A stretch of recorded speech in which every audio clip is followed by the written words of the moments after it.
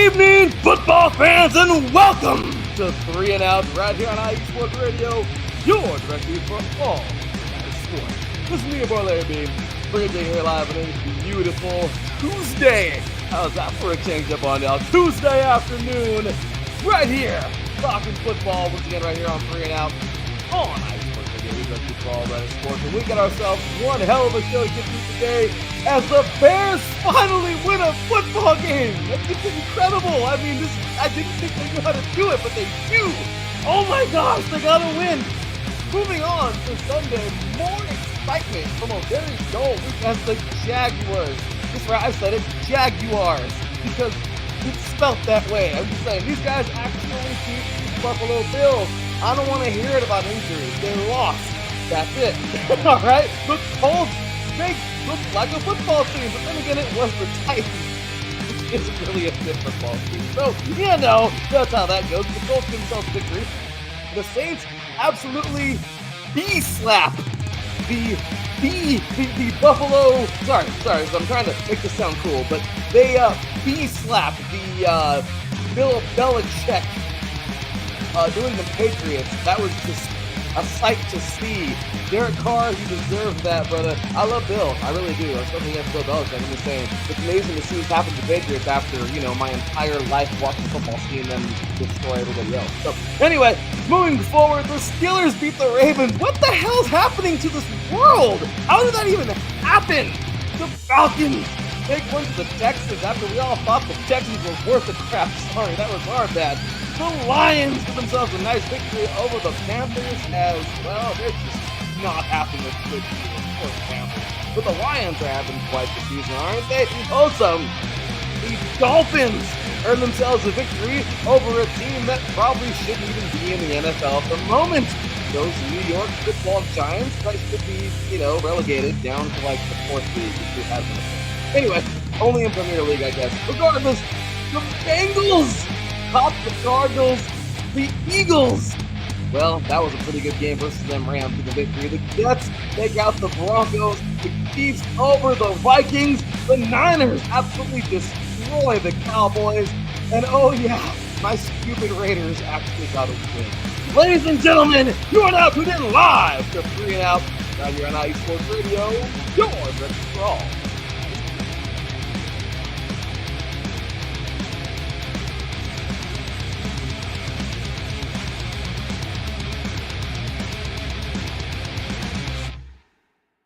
Welcome, football fans. I'll tell you right now, we have ourselves a good one tonight. And I got some friends with me because it's always a great time with friends, right? You thought Words with Friends was fun? IE Sports Radio with Friends is fun, homeboy. What's up? Anyway, y'all, we're going to go ahead and jump on into tonight's show. But before we do any of that good stuff, just got to say, of course, number one, above all, hats off to the man above, our Lord and Savior Jesus Christ. Without him, nothing is possible. And of course, big ups to all you listeners out there, because without you guys, IE Sports Radio just isn't a thing. So thank you for nearly 10 years of that. And also, big ups to this delicious crap, because it's amazing. Planet Jerky Premium Brisket Jerky. The jerky that's on a whole other planet. It is so delicious. You're going to want to eat a whole bag and listen to IE Sports Radio, watch you some football. Hell, you can even watch the Colorado Buffaloes win a game eating this crap. This is delicious. So with that said, ladies and gentlemen, big ups to our sponsor. Show them some love at planetjerky.net. Grab you some jerky because it is damn good jerky. And of course, we are here tonight getting ready to talk some football. So with that said, ladies and gentlemen, bring it on to my two co-hosts for the night because, well, it's what we do. We interchange co-hosts like Legos on this mother. And that's how it rolls. Ladies and gentlemen, he, of course, is diehard Broncos fan, diehard all-around Colorado guy. And of course, you know, he's kind of just straight the man around those Rocky Mountains. Ladies and gentlemen, of course, welcoming our first co-host of the night. He is actually his first time here on 3 and Out. The host of Mile High Musings here on IE Sports Radio. Was on Sundays. Now he's like, I don't know where he's at. Still now. On Sundays. Sunday mornings, just a different time. Literally 12 hours earlier. Ladies and gentlemen, of course, our boy, Mr. Aaron, what's going on, brother? How you doing today? What's good, sports fans? Thanks for having me on, Larry B. I'm pumped, even though we deserve to get relegated too. But if you listen to my show, you know I don't hold anything back. So I'm glad to be here with some AFC West boys tonight. It's gonna be fun.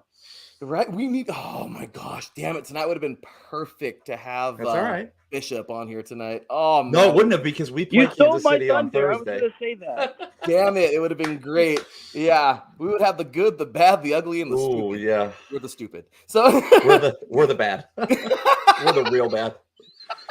I guess that makes the Chargers the ugly. They're ugly. All right, that works. I'm going to try really hard to get Bishop on here right now. But anyway, with that said, that would be a great show. The AFC West talk about the rest of the league. The one good team and the three bad teams. That would be fun.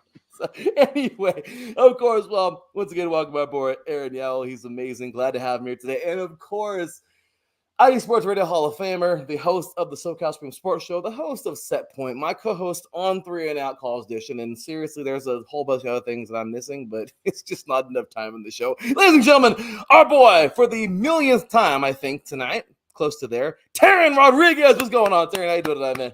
Hello, everybody. Hope y'all can hear me. Thank y'all. Thank you for having me, Larry B. You're the best for having me. And much love to you, Larry. All day, brother. Much love to both of you guys. You guys are amazing. I am day drinking. I got my dark roast coffee blend after a full day of teaching all day long. You know, you kind of have to have this. So. Absolutely. We got a fellow teacher on the line tonight. Of course, that's Aaron. Hey, Teran, I don't know if you high school, believe it or not, and I actually found the best cell reception right here. Perfect. It's not, no offense to this high school, I'm not going to give out names, but it's not the best cell reception right here. So thankfully, I might have found the best cell area right here. So, schools aren't supposed to have good cell reception because the kids don't pay attention as it is. Hey, well, Teran, I don't know if you can see it over my shoulder. Teran, jackpot. That frame back there, Teran, that's the drop you ask for every single week, baby. Because in this house, we praise the Lord and cheer for them Denver Broncos. Yes, sir. Right there, baby. Here's what I can stick of South Park. I'm sorry. Hey, look, whatever it takes. Teran asks for it every week on the show. I love it. It's like it's one I recorded myself. Yeah. I'll tell you right now, y'all. This is going to be one of the funnest shows we've done. I'm just saying this is going to be really fun. So. And gentlemen, once again, I'm just glad to have you here. We got a Bronco. We got a Charger. We got a worthless Raider. Yeah, well, how do we end up at the bottom of the division? Oh, I know. But just so you guys know, we added a chief. Oh, all AFC West. Let's go. The AFC West is in the house. Ladies and gentlemen, he, of course, is the host of This is Kansas City Sports here on IE Sports Radio. And this is like his third time here on the show. And where's your Kansas City? Where's your gear, Bishop? Where's your face? Gear? I'm at the gig. I'm at the gig right now. I can't have my gear on. Oh, never mind. Period. Okay. Well, with that said, ladies and gentlemen, we are so happy to have him here. Our boy Bishop, man. What's going on, Bishop? What's going on? How y'all doing out there today? Man, bro, we're just, Doing good. We're a bunch of pissed off fans just looking at your team going, yeah, the Chiefs are better than us, We got our struggles. Y'all look more human this year than you have in a long time. Exactly. You look more human. That doesn't mean that we even stand a chance Thursday night. But Kansas City looks like a regular good football team instead of this like all-world super team. Right. Yeah. See? It's the truth. Gentlemen, this is going to be a fun show because we have all the AFC West in the house tonight. We got 1 hour. Let's try to be out of here tonight. Let's go an hour from right now. So 15 past the next hour. Let's get this done. Let's have some fun. Let's talk some crap, and let's do the damn thing. So perfect. Last week, we start things off Thursday Night Football. You guys, I didn't know they knew how to play football, but they do. The Bears get a victory. What the hell?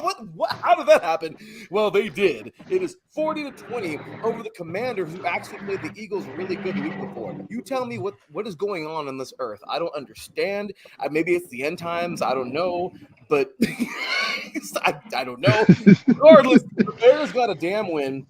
It looks like I don't know what happened, but they did. They look pretty good. Fields, This dude, and by the way, I usually do this later on in the show, but guys, I'm sorry, I'm gonna throw this out there immediately. Usually this is way, way, way later. But yeah, just so you guys know, we have a new segment. Oh, look, there's a boy Bishop. There There I he am. is. There he is. There he is. He's at the gig. He's at the gig. So I'm at the gig. I usually, it kind of sucks because I don't have the banner all made up like I wanted it to right now. But regardless, I'm gonna throw this banner up, ladies and gentlemen. He is my IE Sports Radio.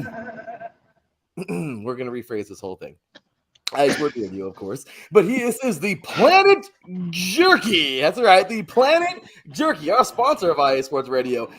Ghost Pepper Player of the Week, brought to you by Planet Jerky Premium Brisket There you go. Jerky, the jerky that is out of this world. He is my Ghost Pepper Player of the Week, Justin Fields. I don't care. I started off with this. Homeboy threw 4 touchdowns after having just like the worst start I think ever.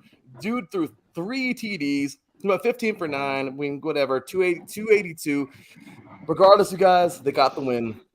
He looked like he should have looked a long time ago. I'm going to give it to him this week. Cool. Look, 40-20. They got the victory. They're 1-4. The Commanders are now 2-2. I know I went a little bit longer. When you guys want to drop your player of the week, I'll let you know. Regardless, let's go ahead and do the dang thing and move around the table here. So, Aaron, your thoughts on this game, man? Once again, Chicago Bears earned themselves a victory over the Commanders. So I got to watch Fields the week before because we got our 1 win of the year against the Bears.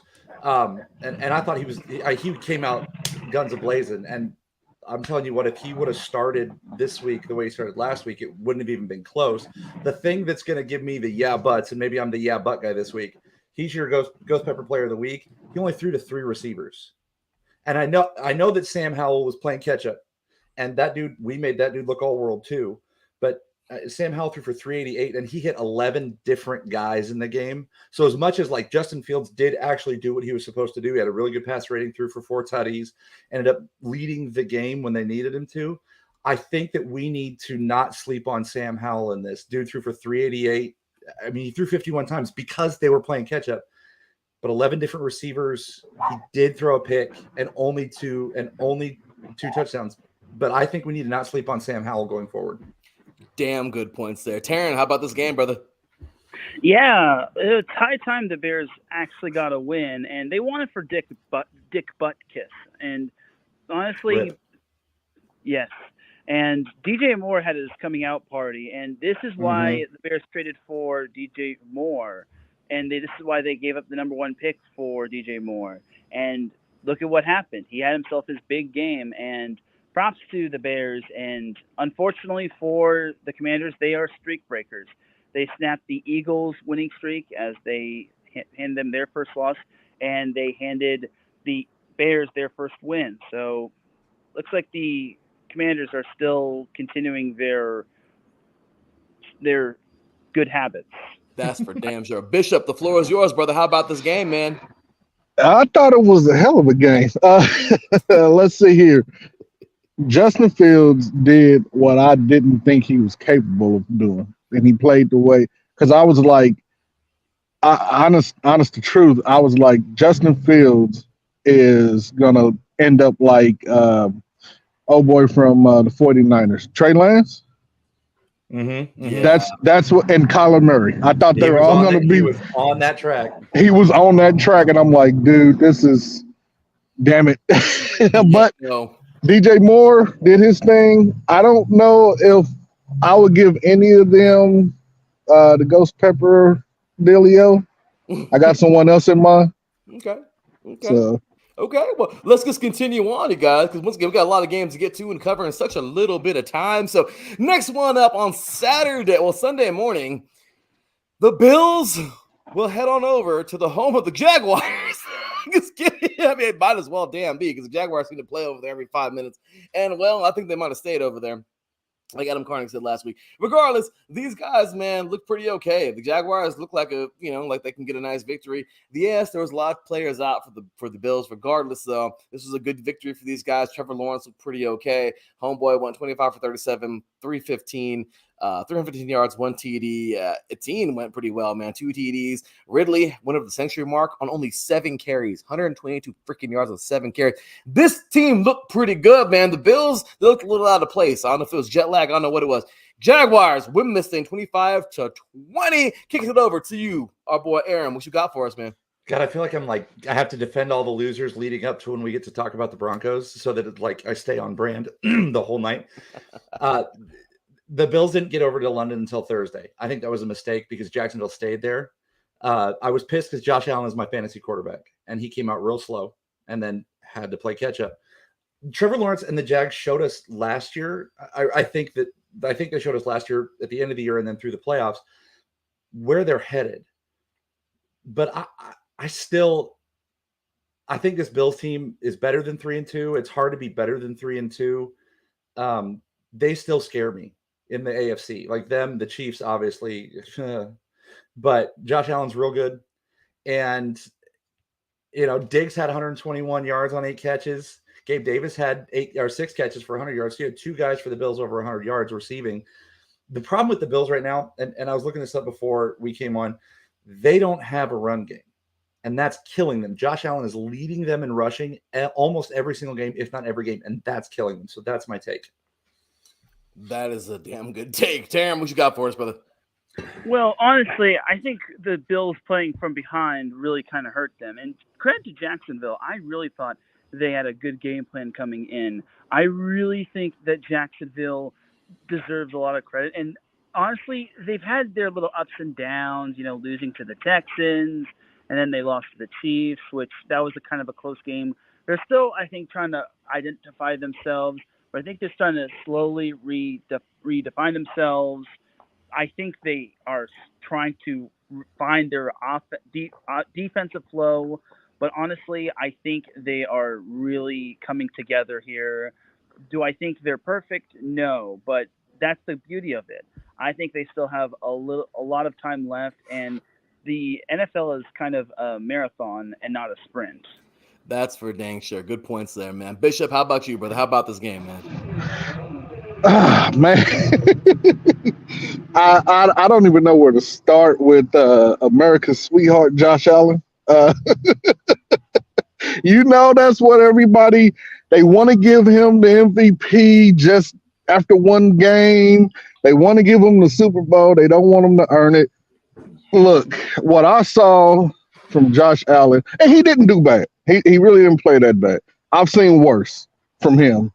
I feel like, well, like you said, first off, the mistake was getting over to London late.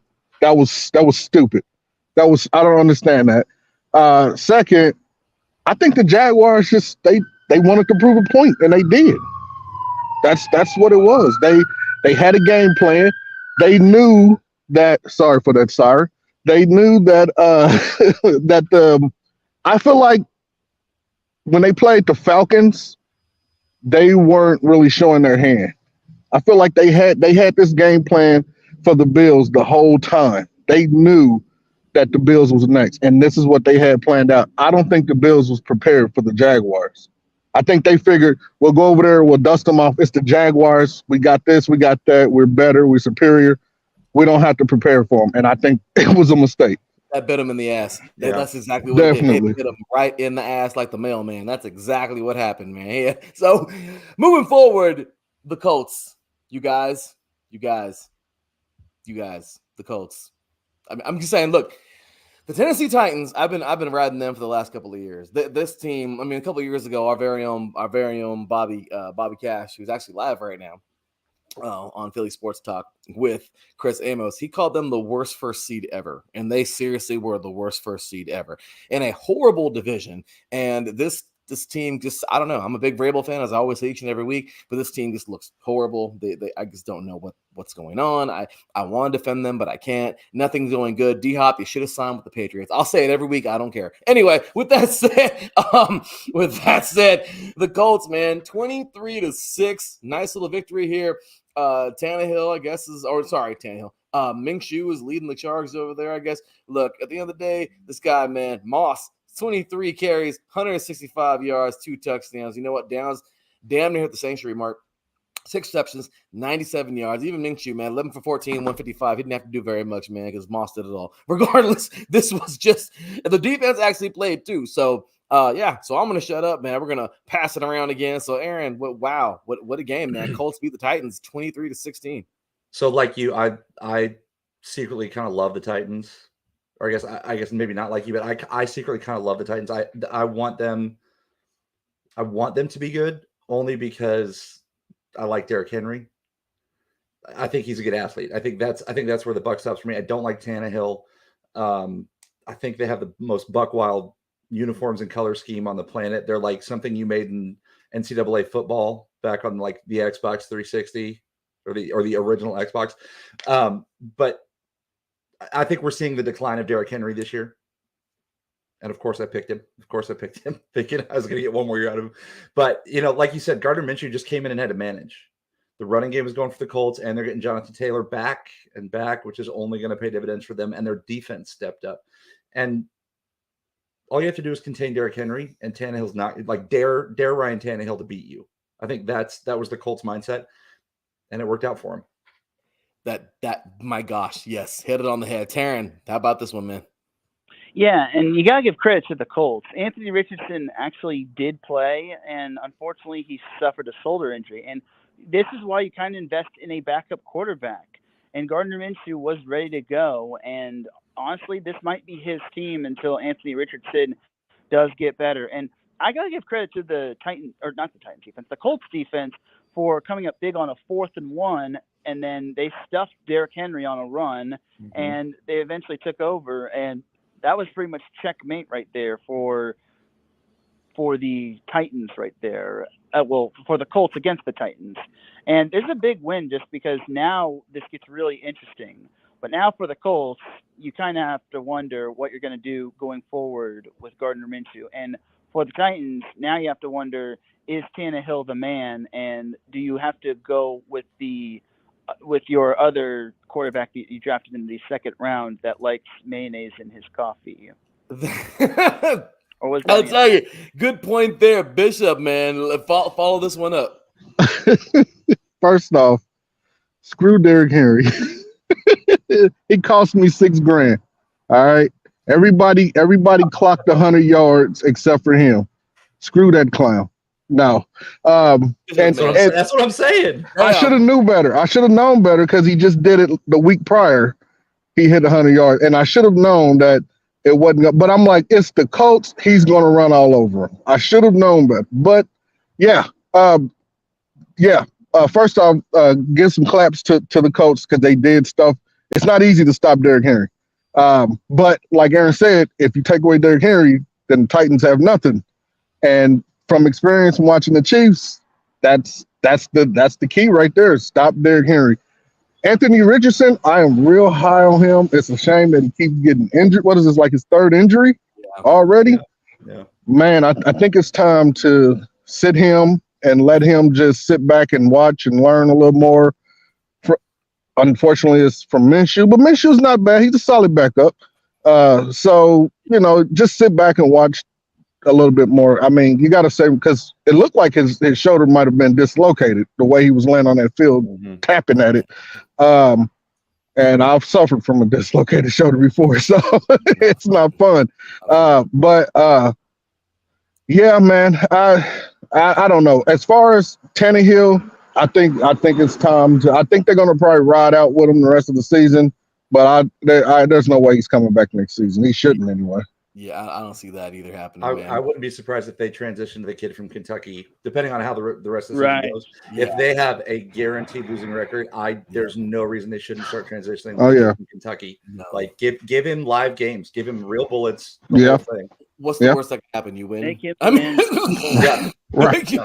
mean, seriously. So I don't know if you guys knew, but there was a Super Bowl played this week. I don't know if you guys were familiar with that, but there was a Super Bowl that was won this week. It was a small time Super Bowl, but they did win. In fact, the New Orleans Saints, they got probably one of the biggest wins of probably this decade for them.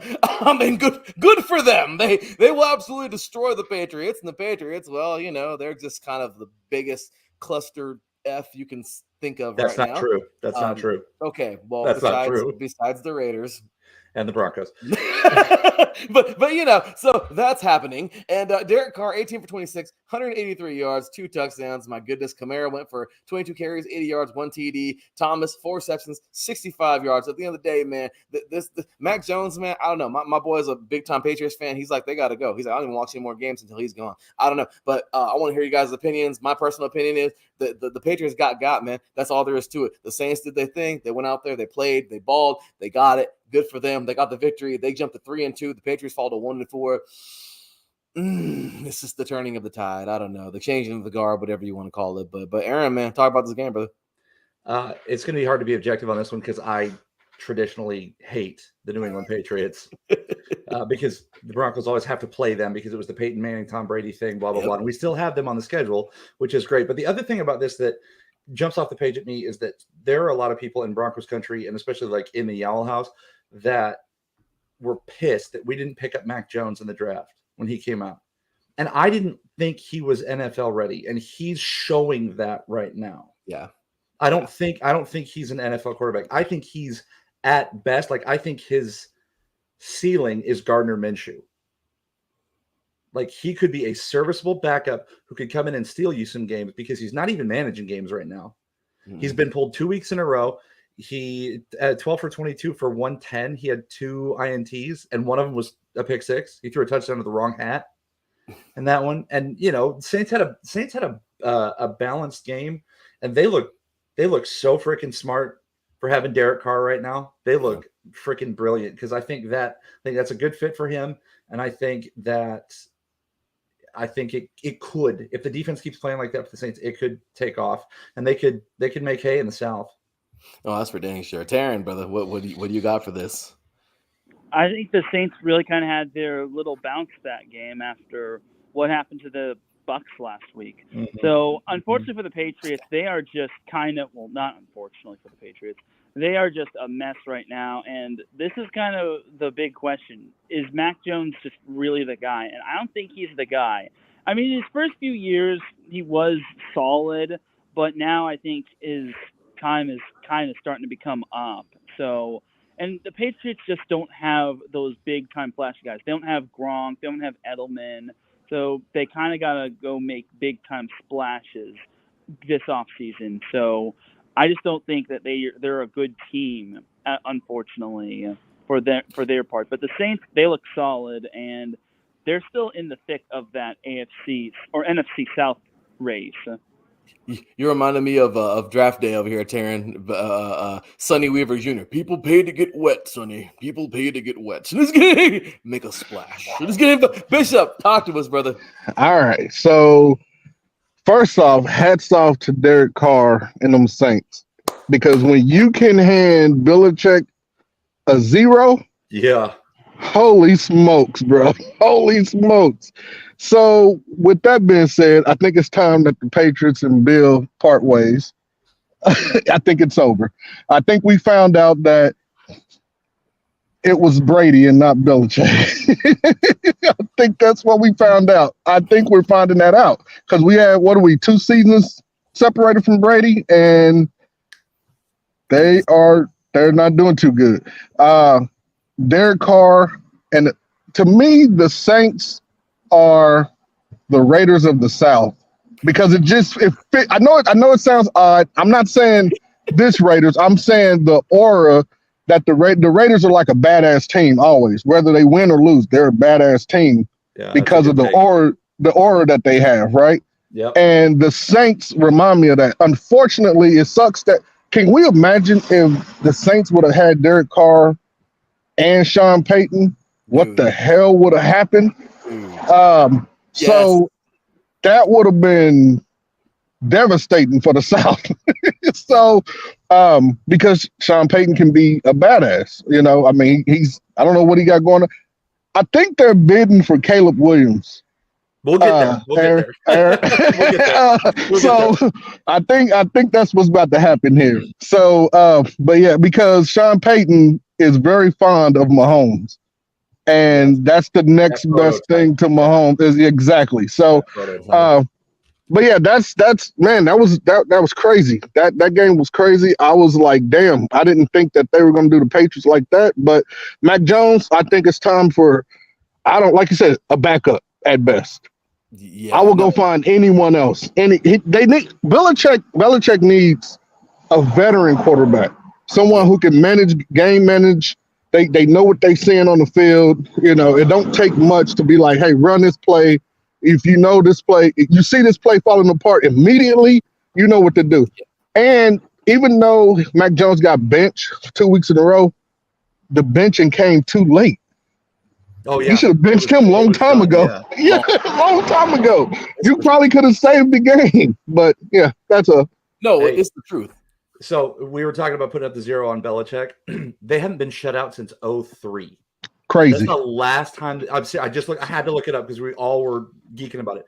2003, the season opener against the Buffalo Bills, they got beat 31-0. That's the last time that Belichick hung a 0.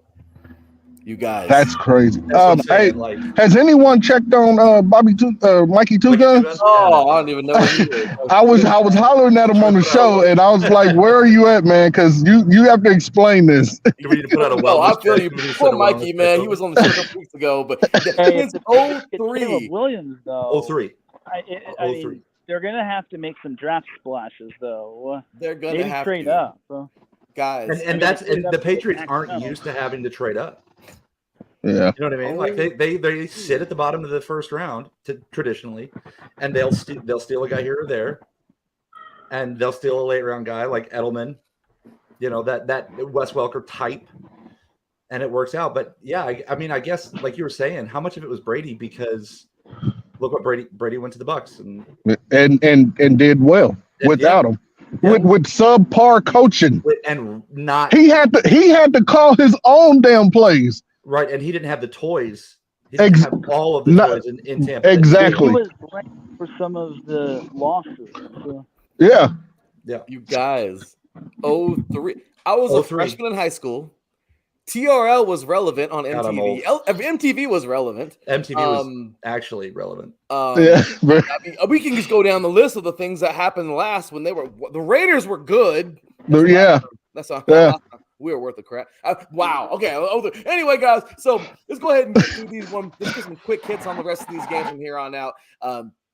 And burst towards that top of the hour. But man, wow, the Steelers. I mean, I was not expecting this. I don't think any of you were expecting this. Lamar Jackson didn't have a horrible game, and he still, I don't know how, I guess Pittsburgh's defense is really what did it. But Kenny Pickett, man, dude, 18 for 32, not the greatest percentage, but it is what it is. 224 yards, 1 TD. Warren only ran on 9 carries for 40 yards. Pickens, man, 6 receptions, 130 yards, 1 TD. The Steelers get this thing done, man. 17-10 over the Ravens. How about that, Aaron? Steelers defense looking like Steelers defense of old. You win the takeaway battle in this one in a tight game like this, in a true like AFC North slugfest where it's a defensive thing. You win the takeaway battle. That's it. Yeah, that's the game. Teran, how about this, man? Yeah, I think the Steelers had to use their defense. I think the Steelers defense is as good as advertised. Even when TJ Watt got hurt, he played through it. It's kind of like when Kobe Bryant hurt his ring finger. He popped it back in and he just kept playing. And Kenny Pickett came up big when it truly mattered, as he found his favorite receiver, George Pickens. So I think for the Ravens, they still have a lot of questions that need to be answered. So the AFC North is as good as advertised, and it's such an unpredictable division. Good analysis there. Good take. Bishop, brother. Wow. Yeah. I who knew, right? Who freaking knew? Who knew? I think I had the Ravens winning that game. But yeah, man, who knew? Steelers deep, like I said, Steelers defense. That, you know, they brought it, man, and that's really how you. Last possession, you know, takeaway. That's how you beat Lamar Jackson, because you're really not gonna trap him. I mean, you can stop him a little bit, but he take off running, you can't really do much, and you have to figure out who's who. And then the OBJ situation was first off, the team lacks chemistry, big time. It's like they goddamn Mr. Potato Head of weapons. Like They just got a whole bunch of different parts, and they don't know what to do with anyone. I'm not a fan of what's the coach? Harbaugh. John Harbaugh. Yeah, John, Harbaugh.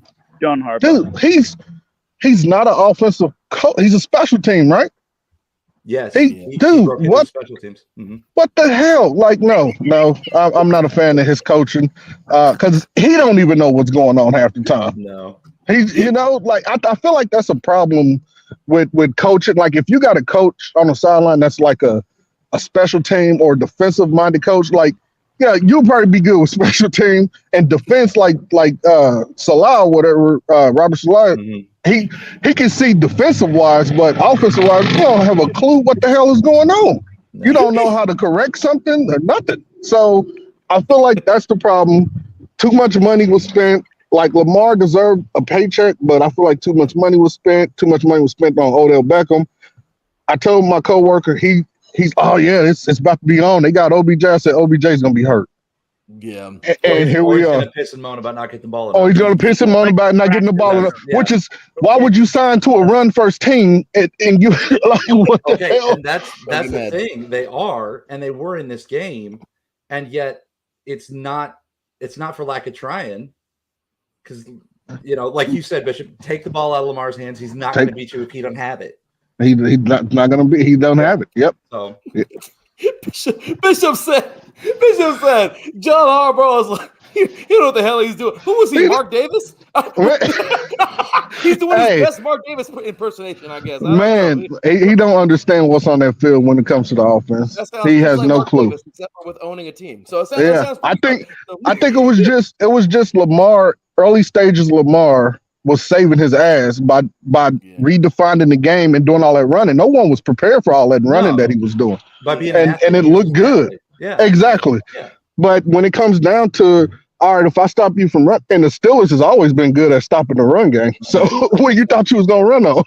That's for damn sure, gentlemen. Desmond Ridder. I think this was finally what they've been wanting out of him. I don't want to bash the young man, but I guess Falcons fans should just be happy. He helped get the victory. They're 3-2. But let's just be real, man. I think I don't know. There's a lot there to have to really sit back and analyze, and it really is. So he went 28 for 37.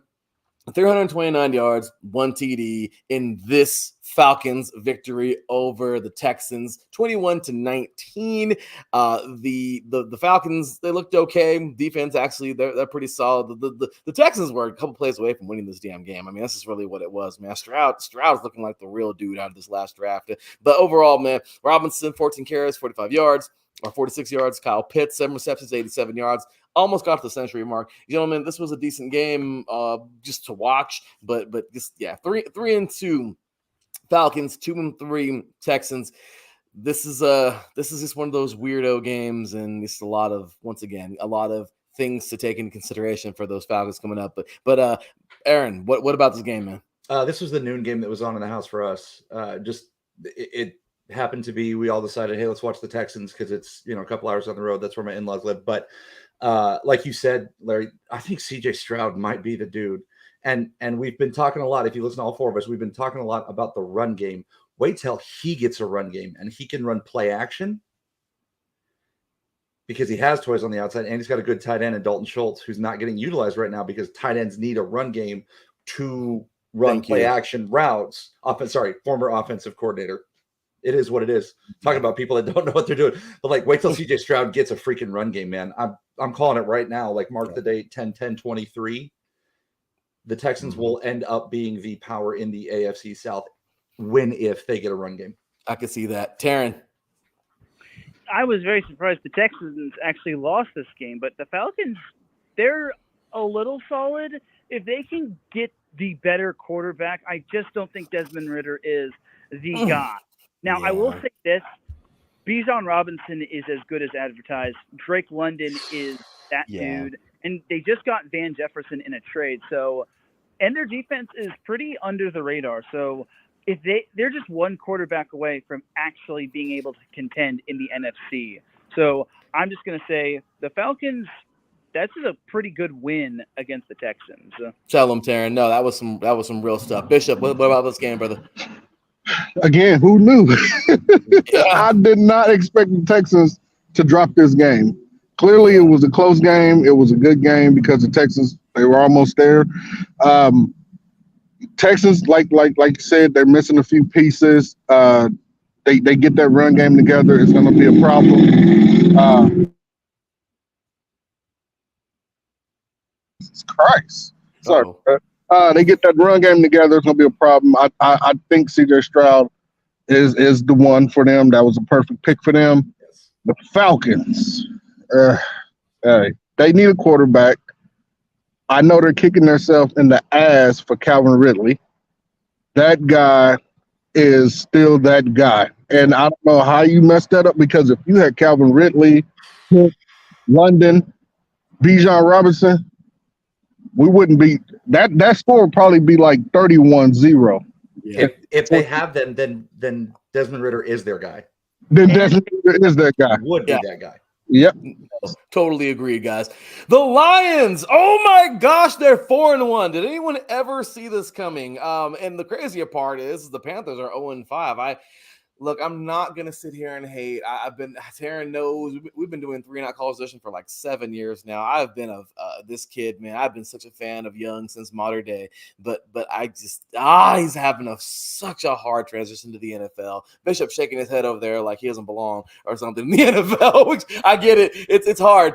But look, guys, right now, Goff is trying to prove something. Let's be real. Everyone's saying that the Rams won getting Stafford and Goff went over to so I mean, realistically, people are talking all that head. Is Stafford, Goff? I mean, it's like, man, forget y'all. Like, I know, like, I can play this game too. 20 for 28, 236, 3 touchdowns. Man, how about Montgomery, man? 19 carries for 109 yards, 1 TD. That boy's a bad boy. I'll tell you right now. Give him the rock. That's it. Give him the rock. Reynolds, 4 receptions for 76 yards, 1 TD. Guys, the Lions get a victory, 42-24.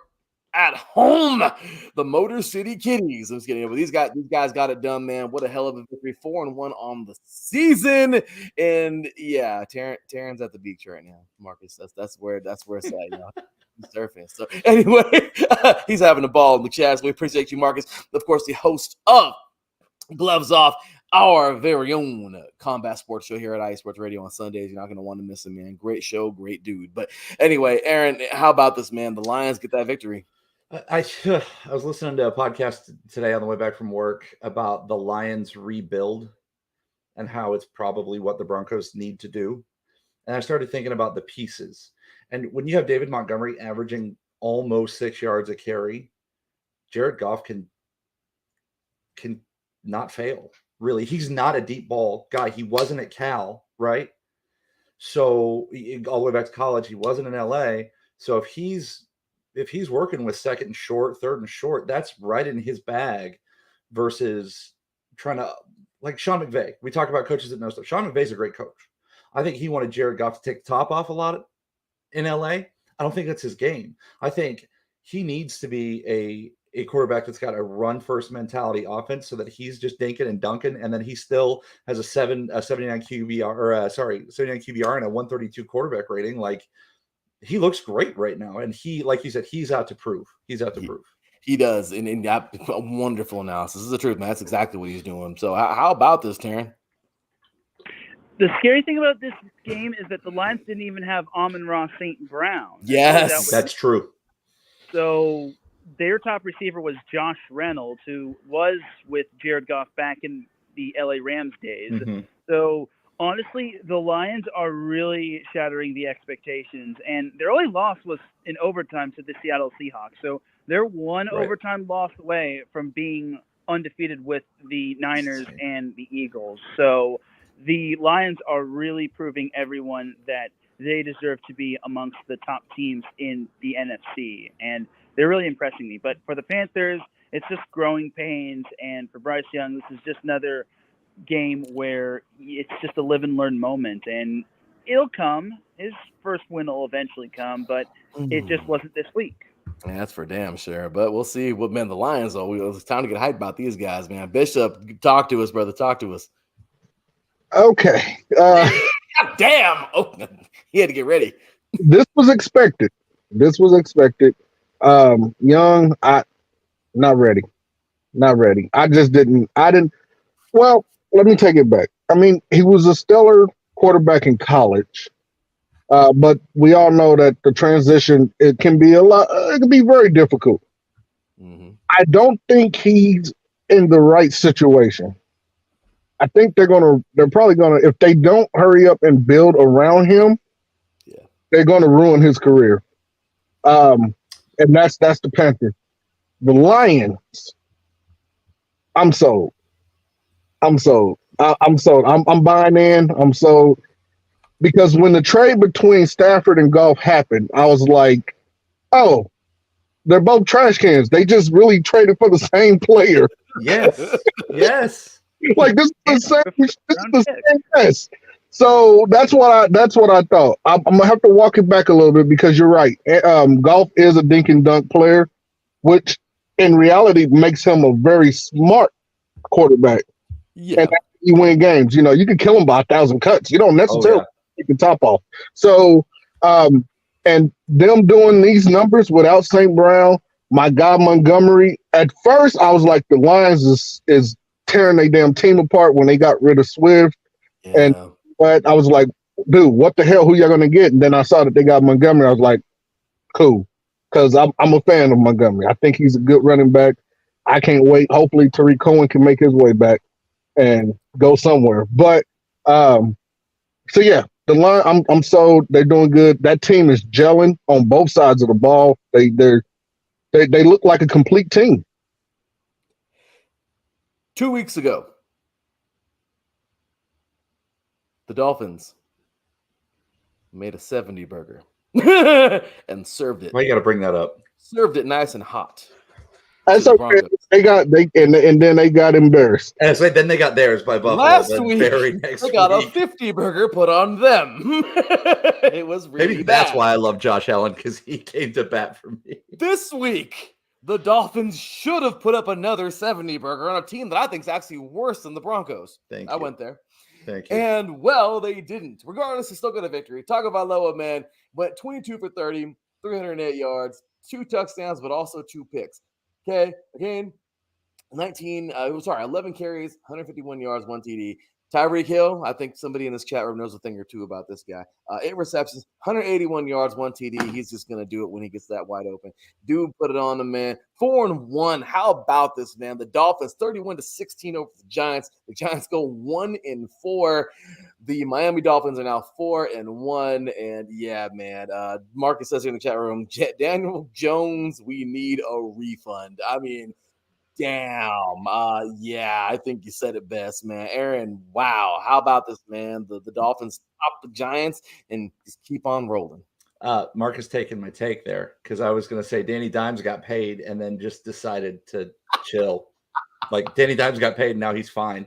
He's in New York. He's comfortable. He actually can live there now. He can afford to live in New York. They're doing the same thing. Oh yeah. Yeah, I think Miami's Jekyll and Hyde. I think they're Jekyll and Hyde this year, because they put up a 70 burger on a bad team, and then they give up a 50 burger to the team that I think will eventually win the AFC East. Yeah. Sorry, Bishop. Like, I do have a soft spot for Josh Allen, only because Mahomes beats up on us since I got married. But like, I think people were expecting Tua to come out before the concussion stuff. I think they were expecting him to come out and be the Lamar Jackson type, where he was going to use his legs, and he's really settled in to beating you with his arm, and it looks good. So, and Devon A-Chain, man, that dude is on my fantasy team, and I am stoked about that, except for he's hurt, but he is so fast. Between him and Tyreek Hill, who's the fastest human being I've ever seen, like, they're explosive, but they need to commit to playing every single week. Otherwise, they obviously can give up a 50 spot. No, that's for damn sure. Teran, what you got on this one, man? Did you know that this was the first game for the Giants that they scored a first half touchdown? In their previous weeks, that the Giants did not score first half touchdown, and actually came via defense. That's right. So that was kind of their only positive. So other than that, the Dolphins, this was kind of expected. although Tua did kind of struggle, but regardless, it was a big win for the Dolphins as they just took care of business. Now they're just gonna. Now it's all about can they stay healthy, and this kind of applies for all of the teams in the NFL. And for the Giants, they've also kind of got they were without Saquon. They're most likely going to have Daniel Jones for the matchup against the Bills, but we all know the Bills are going to take him to town. Yeah, that's for damn sure. Bishop, how about this one, brother? Yeah, this was expected. One of those expectations, like you should. Like I feel like Miami don't get no style points, and they don't get no brownie points for beating the Giants. This should have happened. If they would have lost to the Giants, then oh my God, we'd be having a different dialogue right now. Daniel Jones needs to be benched, and it's not because he's playing poorly. It's because if you look at him, he's dead behind the eyes. Like his confidence is gone. He looks like a straight zombie. When Brian Dable was trying to talk to him and show him the tablet, he didn't even want to see it. It's like it's in one ear out the other. He don't even hear you. He's not even here. He's a zombie, man. And so I think it's time to bench him until he get that fire back. Maybe if he's on the bench and he see another quarterback playing and like, oh man, then maybe he can be like, oh, I would have did this instead of that. You know how you watch the game and you like, man, I would have did this, I would have did that, and you get hyped up. He's not hyped. They need some pieces still. I wouldn't have paid Daniel Jones personally. I wouldn't have either. I wouldn't have gave him Jack Pratt, but I would have paid Saquon. Exactly. So Miami, Tua's doing good. I'm not gonna hate on Miami. Damn, I miss Tyreek. We miss our explosive. Right. So, but what we saw happen is they beat up on the little teams. But when they had to go see Buffalo, it was a different story, and it showed that they don't have a defense really. No. So when you meet a team like the Jets, who they haven't played yet, we're going to see. The problem with the Jets is they need a quarterback. They don't have an offense. They have the weapons. They just don't have the driver. But I want to see you beat up on the Jets defense like you beat up on the Giants and all that stuff. Because you let the Giants drop 16 points on you. That says a lot about your defense. It should have been 31-0 or more to 0. So, yeah. The Miami's doing good. You say you got Buffalo slated to win. We haven't reached the trade deadline yet, so I will hold off on that because if the Jets go get themselves a quarterback, then different scenario. Yeah, that's for sure, y'all. So let's see if we can get through these next 6 games and all the picks for this week in the next 20 minutes. Let's do the damn thing, guys.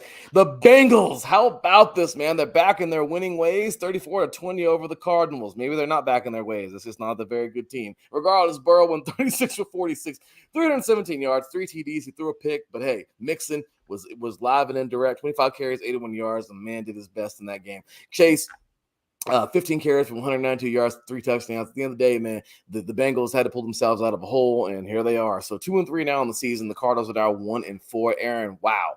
How about this? I'll go quick. Jamar Chase was apparently open a lot. I mean, right? 7-11, right? Yeah, exactly. Open. Teran, how about this, man? Jamar Chase is my Ghost Pepper Player of the Week. Oh. I was going to give it to someone else, but honestly, it has to be Jamar Chase. This was kind of the get-right game for him, as well as Joe Burrow. But Jamar Chase needed this game. The Bengals needed this game. Otherwise, if they fall even further down the AFC North ladder, then it would have been bad news bears for them. No, that's for damn sure. Bishop, man. Bengals 34 to Cardinals 20. Bengals did what they should have done. I'm not sold yet. I mean, I know the Cardinals took care of Dallas. Clearly, they game planned. No. I think Joe Burrow, he still got some work to do. I don't care about Joe Burrow or the Bengals. You know, that's our rivalry right now at the moment. I'm actually happy to see him fall off He got the bag and he turned into Macaulay Culkin, so so I'm good. I'm happy with it. But yeah, no, they did good. Let's see I don't know who they play next. I haven't looked, but we'll see. No, that's for dang sure, y'all. How about this team that gets, I don't know, they're still weird to me, but they're 5-0. The Eagles take it to the Rams, man. A lot of people said the Rams should have won this game. It was a very, very close game. I think closer than the score. Regardless, Jalen Hurts, 25 for 38. 303 yards, 1 TD. He did throw a pick. Hurts, man, also was the leading rusher with 15 carries, 72 yards, and 1 TD, calling his own number. A.J. Brown, 6 receptions for 127 yards. Yet another dude that, well, if he's open, he's going to burn everybody. Amazing job by that defense for the most part. And then they kind of weren't amazing. It's amazing. I'm going to use that word 1,000 times, but that's exactly what it was. Amazing job. So halfway through the game, horrible job of the game. Amazing that the Eagles pulled this thing off. I don't know how you put this together. Regardless, Eagles are now 5-0. The Rams dropped to 2-3 on the season as the Eagles defeat the Rams 23-14. Aaron, talk to us. I don't have the Eagles schedule in front of me, but if they run into the 49ers, I don't think they win. I don't. I'm not buying the Eagles at 5-0. They're not the same team that they were last year. I feel like they were real physical and they were dynamic last year. I'm not buying them at 5-0, and they play in a mediocre division at best. With, we just dunked on the Giants. You've got the Commanders, and then the Cowboys. I don't know what they want to do with themselves. That's a tough one. That's a tough one right there. Not buying it. That is. Teran, how about this one, man? I was going to make a video about this, but I'm just going to say, the Rams really are an oddball. I don't understand why they don't play a second half. It's so weird. This is like the third straight game, actually the fourth straight game, they have failed to really show up in a second half. And honestly, and we're not counting the overtime period because that's not regulation, but the Rams just can't really get a second half going. And as a result, it showed in the box score when it came to this game. The defense did all right for the most part. It held their own, but against a good team like the Eagles, it could not hold them back for much longer. And when you're taking on the Eagles, you have to basically be everything and more against a team like that. And I'll give them credit. They only held them to like 6 points, if my math serves me correctly, but you just cannot make mistake after mistake and just give the ball back to the Eagles, especially if they're just going to brotherly shove their way to victory. Nice. Brotherly shove. Nice. Bishop, talk about this, man. That damn brotherly shove, man. I'm sure it can be stopped if somebody think about it, but yeah, that's all they got. That's all they are, is brotherly shove. For the game to be that close and the Eagles to be, or to pretend to be who they think they are, that is an odd score right there. Yep. So, question real quick: 23-14. If because the Rams defense held them to 23 points. If Jared Goff was on the Rams, would the Rams have won that game? Because the way he dink and dunks, they would have held the ball longer. They would have held the ball longer, and they would have kept the ball away from the Eagles. But the Rams don't have a run game. The Rams O-line is terrible. Yeah. That's the thing. That's the thing, though. Like, Detroit has a great offensive line. Like Teran saying, the Rams O-line is terrible. Detroit has a great offensive line and a great running back, and that's what makes Jared Goff successful. Not Cooper Kupp, not the other things. Goff's dink and dunking. Those guys run those routes well, but he would have to throw it 50 times in this game, and so I don't think.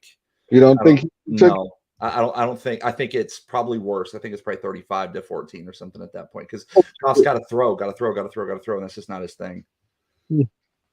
That's a good question to ask, though. Yeah, very good question, Bishop. It is a very good question. So next up, man, the Jets. Who are these guys? I mean, they're 2-3. We all know what happened in Week 1. Bishop was with me for that one. Man, that was just a crazy opening for the Jets. Regardless, they get themselves a victory here over a team that, well, actually fought them better than I thought they were. 31-21. They won this game a mile high this week. Wilson, 19 for 26, 199 yards, almost got 200 yards there. He threw one pick. Regardless, kind of crazy. Didn't throw no TDs, but they still won, right? Hall, 22 carries, 177 yards, 1 TD. Conklin, the assists, 4 receptions for 67 yards. I mean, at the end of the day, man, this team, they found a way to get done. They're now 2-3 on the season. The Broncos now fall to 1-4. Aaron, this is your team, brother. What do you think? We're in a lot of trouble. We're you know, and I'm real close to the sun in this. So I think that I looked up and saw that Carolina was 0-5 and went, oh, damn, there's somebody worse than us. But I think we're in a lot of trouble. I think that this was the first week that Russell Wilson was part of the problem and not the antithesis, because the first 4 weeks of the season, I didn't think it was Russell's fault that we lost. He wasn't doing enough to get us there, but also you give up a 70 burger in that, and it is what it is. That defense is awful. No, yeah, and here's the thing, like what every report out of Dove Valley, every report out of camp is that Vance Joseph is trying to blend Ejiro Evero's defense and his own, instead of just being a grown-up and being like, fellas, I know that worked for you last year. I'm here. This is what the ownership and the GM went and got me. Let's run this. And that's the biggest thing, is we don't have any defensive identity. And I saw it, and I called it out on the show on Sunday night. Yeah. But I saw Pat Surtain look disinterested, and he is supposed to be the cornerstone. And he is rumored to be one of the untouchables at this trade deadline, but he looked disinterested. And I'm also tired. Sorry, I'm going to rant about this. I'm also tired of people in Broncos country, whether it's like higher ups or just, you know, Joe Schmoes like us on Twitter, saying that players deserve better than what we're doing. No, we deserve better, because those players put this on every day and they represent their families. I mean, my family invests hundreds of dollars to watch them from Dallas every year, and they're looking disinterested and they're not playing with any pride. And that's the biggest thing. It's an identity thing and a pride thing. So we're terrible. And I looked at the schedule going into the show Sunday night. We could maybe get one more. And it's if CJ Stroud falls off. Only if. We could get one more. But we play the Chiefs twice in 3 weeks. We're in trouble. We're in a lot of trouble. Oh, Aaron, I feel for you, brother. I do. Teran, how about this game, man? Honestly, I really thought the Broncos were going to win this one, just because the Broncos, on paper, they look pretty solid, but they just can't put their pieces together. And as a result, they just sadly fell apart, and they had a chance to win the game, but Wilson unfortunately fumbled, and the Jets returned it for a touchdown. That was pretty much checkmate right there. So unfortunately, this was kind of the Nathaniel Hackett revenge game, even though he's not really the head coach of the Jets. And moral of the story, don't run your mouth in the off season. So I hope y'all learned that lesson. That's for damn sure. Talk, Sean Payton. That's for damn sure, man. Bishop, I know you love to hate these Broncos, but what about these, man? I actually feel bad for the Broncos a little bit. Not really, I'm lying. Just kidding. The Jets, I'm happy to see them take that game, not because it's the Broncos, but just because it's the Jets, and I had high hopes for them before the Aaron Rodgers situation. I've been saying the Jets is coming for the past 3 years, just based off their defense. And if they could have got the offense together, and they got the offense together, and then they lost their quarterback. Like I said, if they get a quarterback, it's going to be trouble for the AFC East, I think. That defense is what it is. I'm surprised that the Broncos was able to get 21 points off that defense. So I think Sean Payton is getting ready to have a fire sale because, like you said, Aaron, the team looked disinterested. They're not interested no more. They're ready to move on. Everyone looked like they need a change of scenery. Yep. So, as far as the Jets, that's my Ghost Pepper player of the week is Breece Hall. Oh. Planet Jerky, baby. That's Planet it. Jerky. Breece Hall. I did not think that he can crack 177 yards. Yeah. Shoot, he had one carry for 72 yards coming right out of the second half, basically. Crazy. We were crazy. That's my Breece Hall. I think he deserves it. I'm good. He does. Well, Bishop, there's a team that you know a little bit too well in this next game because the Kansas City Chiefs roll their way to 4-1, 27-20 over this extremely only fake good Vikings team. I'm sorry. I've been roasting this team for the last 7 years, and honestly, it's just funny because they just get worse, but just a little bit every year. It's like they just continually just go downhill, but it's like a slow downhill. And it's just who they are now. The Vikings are just they're this team that can barely win games. But I don't know. They just look bad. Regardless, it was a good game. The Chiefs just had the number. Patrick Mahomes, man, this dude, 31 for 41, 281 yards, 2 TDs. Pacheco, man, this dude, 16 carries, 55 yards, 1 TD. Not the greatest game for him this year, but you know what? He's still back there pounding the hell out of that rock. And Kelsey, man, 10 receptions, 67 yards, 1 TD. You know what, man? The Chiefs really, there were some. I honestly thought they probably should have won by more, honestly. And I don't even know how the Vikings got 20 points. Regardless, it was a good game. And the Chiefs look like the superior team in this game for sure. So I don't think the score tells the whole story here. So Aaron, how about this one, man?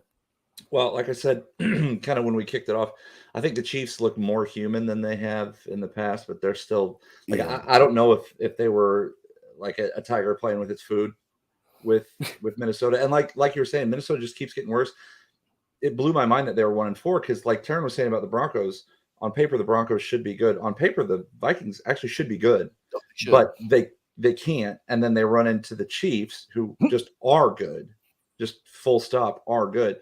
So, I mean, honestly, I learned nothing in this game because the Chiefs are the Chiefs.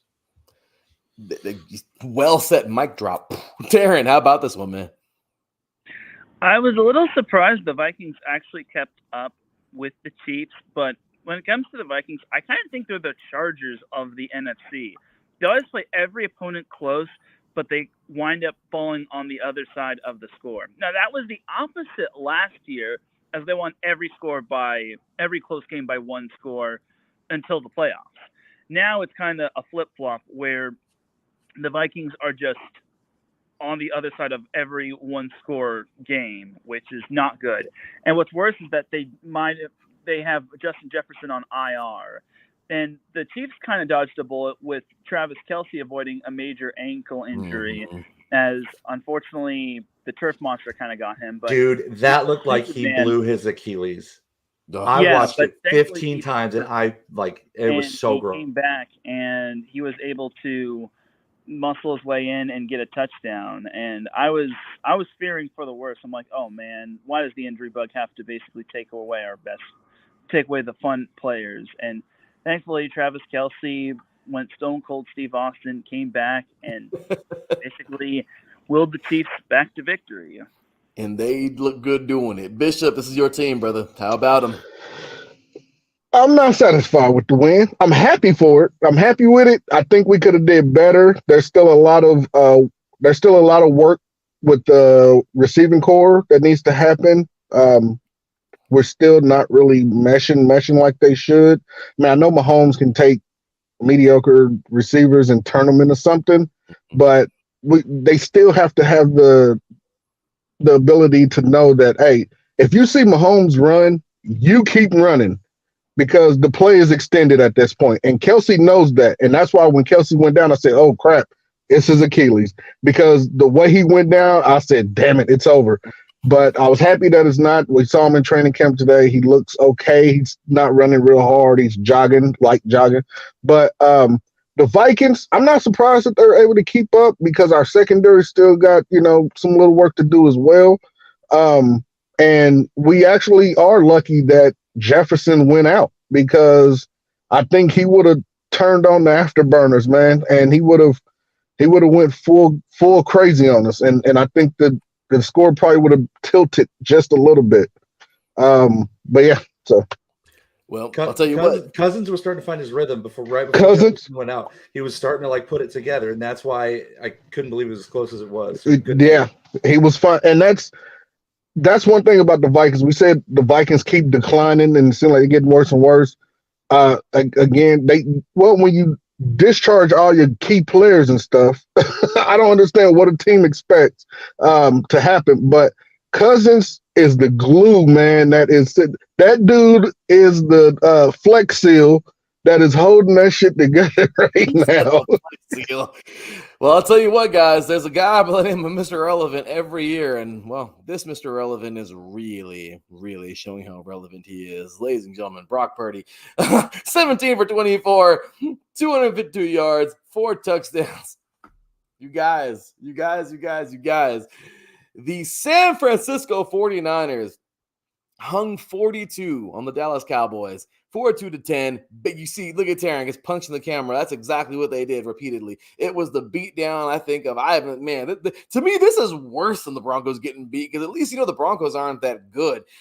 You expect the Cowboys to be doing something, and they didn't do anything. This was like watching like a fight in like screaming to the ref, like, just stop it. Like, he can't defend himself. Like, stop, throw the towel. Like, come on, man, get in between these guys. Like, it was horrible. Regardless, just, man, amazing. Mason, 110 carries, 69 yards, 1 TD. Kittle, 3 receptions, 67 yards, 3 touchdowns. Gentlemen, this was just a beatdown, stone cold beatdown. The Niners won this thing, ran wire to wire. They beat the hell out of the Cowboys, man. This was a hard one. This should be a very quick and dirty around the table, in my opinion. So Aaron, what anything for this? Yeah, this game actually has my Ghost Pepper Player of the Week. Oh, and it's Brock Purdy. It's Brock Purdy. He's good. He's such a steal. He's good. He doesn't have to do anything flashy. He can, but he doesn't. And he dimed up Kittle a lot. And McCaffrey's been running the ball so well, and he's such an asset to that team. I think the 49ers are scary good. So, absolutely. Teran, how about this, man? Yeah, Brock Purdy is still as good as advertised, and George Kittle finally had his coming out party. He had 3 touchdowns. Before that, he did not have 1. And a lot of people are talking about the offense. That Niners defense really shut down Dak Prescott and held him to only 10 points. It got to the point where the Rangers scored more runs in their game than the Cowboys did in their game against the Niners. So there you go. Oh, you did him like that, Teran. Bishop, can you follow that, bro? He did him like that. Maybe the Royals scored more. I don't know. I'm playing, Bishop. I play it. 49ers is who they say they are. They've proven that. I did not expect the Cowboys to get done like that. I didn't expect 49ers. I thought it was going to be like a 3-point difference. I expected the Cowboys defense to do something. They didn't, obviously. And I think it's time to move on from that. He said it. It's over. I agree. He doesn't have that fight, like Peyton Manning, when he was playing, you can whoop his ass all first half. Second half, we have a joke in our house when we say he activates the Manning. Second half, he comes back. It's over for you. It's over. I mean, it's over. No, so.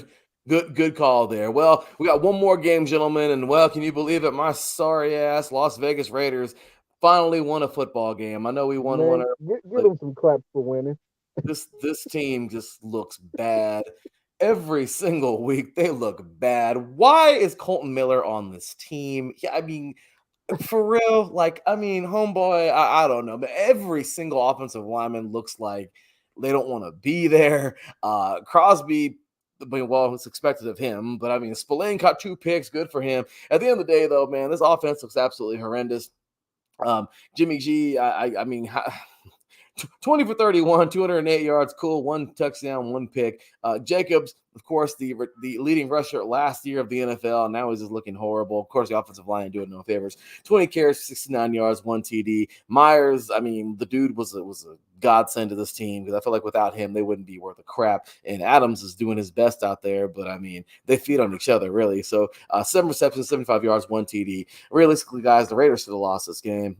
That's just what it was. I think it was Love playing horrible is what did it for the Raiders, because the Raiders didn't deserve this. They're a 2-3 team. The Raiders and USC right now look so similar. It is making me sick. with but it's expected from the Raiders to play horrible and to play terrible defense. It's killing me inside to see the freaking Trojans play this way, but that's for our college show. Anyway, with that said, Aaron, this Raider team, this has got to be the worst team to win a game this week, in my opinion. Last night on Monday Night Football, 17-13 over the Green Bay Packers. Raiders jump 2-3, Packers fall to 2-3. Aaron, how about this game, man? I think you hit it. I think it was just the sheer fact that Jordan Love is not good. Like I don't buy him, especially like you can throw 3 picks against the Raiders, who have traditionally a decent defense, but not, you know what I mean? Like I was saying about the Broncos, there's not an identity for them either, other than Max Crosby. So I think it comes down to the fact that Jordan Love just played like crap, and the Raiders were able to capitalize on some of that and end up winning an AFC North game in 17-13. Absolutely. Teran, how about this one, man? It's so interesting that the Raiders have not cracked 20 points this season at all, yet they have 2 wins. When it comes to like other teams that have not cracked 20 points in their first 5 games, they have yet to win those games in the past, such as like the Panthers and the Rams in the past, and maybe the Jaguars. But the Rams, could defense be their actual calling, or is it because their opponents are just shooting themselves in the foot? Yeah. So, yeah, if you're the Raiders, you're kind of fortunate that Jordan Love just kind of shot himself in the foot. That's really what happened. Bishop, how about this, man? I agree, Teran. That's exactly what happened. Jordan Love shot himself in the foot. That game, the Packers should have walked away with that game. I've said it before. The Raiders, that team is a mess. I'm sorry, Larry, man. That team is like, you deserve the win because of the mistakes of the Packers, but the Packers should have won the game. Jordan Love, his timing is so late. If he would have saw Watson, when Watson put his hand, matter of fact, like I said, Mahomes would never, because Mahomes would have saw the separation before the receiver hands went up. If that would have happened, man, I don't know what would have happened with that game. Watson had clear separation before he put his hands up, and that should have been a touchdown. Like I said, you guys, I'm going to have to walk back on my statement because about the quarterback situation, because I said you guys got rid of Derek Carr for the Italian version of Derek Carr. And Derek Carr right now is looking like $1 million down there in New Orleans. So yeah, I think it's just, he's looking like a Bentley. I think it's the team. The ownership. Somebody needs to grow some nuts and be like, hey, this ain't happening here. We need to start over, because you guys went out and spent a crap ton of money for Devontae Adams. He's not happy. Josh Jacobs really isn't happy because you guys shunned him on a contract a few times, and Hunter Renfrow is now not happy. So it's over, man. That team is going to go down. I don't know when it's going to come back from it, but it's over. It's been 20 years, man, and we're still falling apart. Do you feel like the Raiders or the Broncos have a higher floor? Do I feel like the Raiders one? So both the Raiders and the Broncos are both on the decline. And I think, like being close to the sun, I think the Broncos are worse than the Raiders. But who's going to rise first? I think the Raiders, because the Broncos gave up so much for Russell Wilson and Peyton, and they only have one win out of it. Well, one win and the previous 4 wins from last year. So I think the Broncos is going to rise first, because Sean Payton is going to be like, I'm not settling for this shit. Like he's already ready to get rid of everybody. And so when you have a team come out and be like, sure, negotiations is open for everyone on the defense. It's about to be some tear shedding and some blood shedding. So I think the Broncos are going to rise first, because you're either good enough to play on that team, and you're either good enough to, if you get cut, play on another team, or your ass is going to be jobless. and that's what it should be Good every take. time. So the show is usually about 90 minutes, gentlemen, which is perfect because, well, hey, we're within 10 minutes of that. So let's see if we can get through every one of these picks within that time frame. Kind of crazy because we're starting things off with Thursday night's game. Looks a little something like this. Them Denver Broncos at 1-4 heading over to take on the Chiefs. The Chiefs are actually favored by 10.5 points. Aaron, what you think, brother? Shoot, give me the over. Chiefs can give out all the points. Chiefs are going to beat us by 4 touchdowns at least. They're going to kill us. Like we're just. Oh no! But here's the thing. Here's the thing. Like we were just saying, fire sale. Why wouldn't everyone on the Broncos be playing out of their freaking mind because they want to play for somebody? This is audition time for the Broncos. They should be kicking everybody's ass because they want to go someplace that wants to implement them. I said it on the pod this week. None of the Broncos guys that want out are going to get picked up by anybody because nobody wants their shitty attitudes. No, good mic drop. I like that. Teran, how about this game, brother? Who you taking? I got to take the Chiefs. It's been a while since the Broncos last beat the Chiefs. I think it was back in the Peyton Manning days. So no, it was 2015. My wife and I have been married 8 years. My wife and I have been married 8 years, and the last time we beat the Chiefs was right before we got married. That's amazing. That's crazy. So yeah, give me them Chiefs. Bishop, is there any comments on this one, or you just want to? Like, so here's the problem. It's every time we play a division rival, it's always a close game. Always Chargers. I mean, until you step on the Arrowhead, and then we just demolish you, drop a nuke on you. But I agree with Aaron. This is audition time for a lot of those players. They're gonna go out there and they're gonna do their best to look good for somebody. So as far as, like you said, we're favored by what, 12 points? You said 11 and a half, 10 and a half. 10 and a half. Yeah.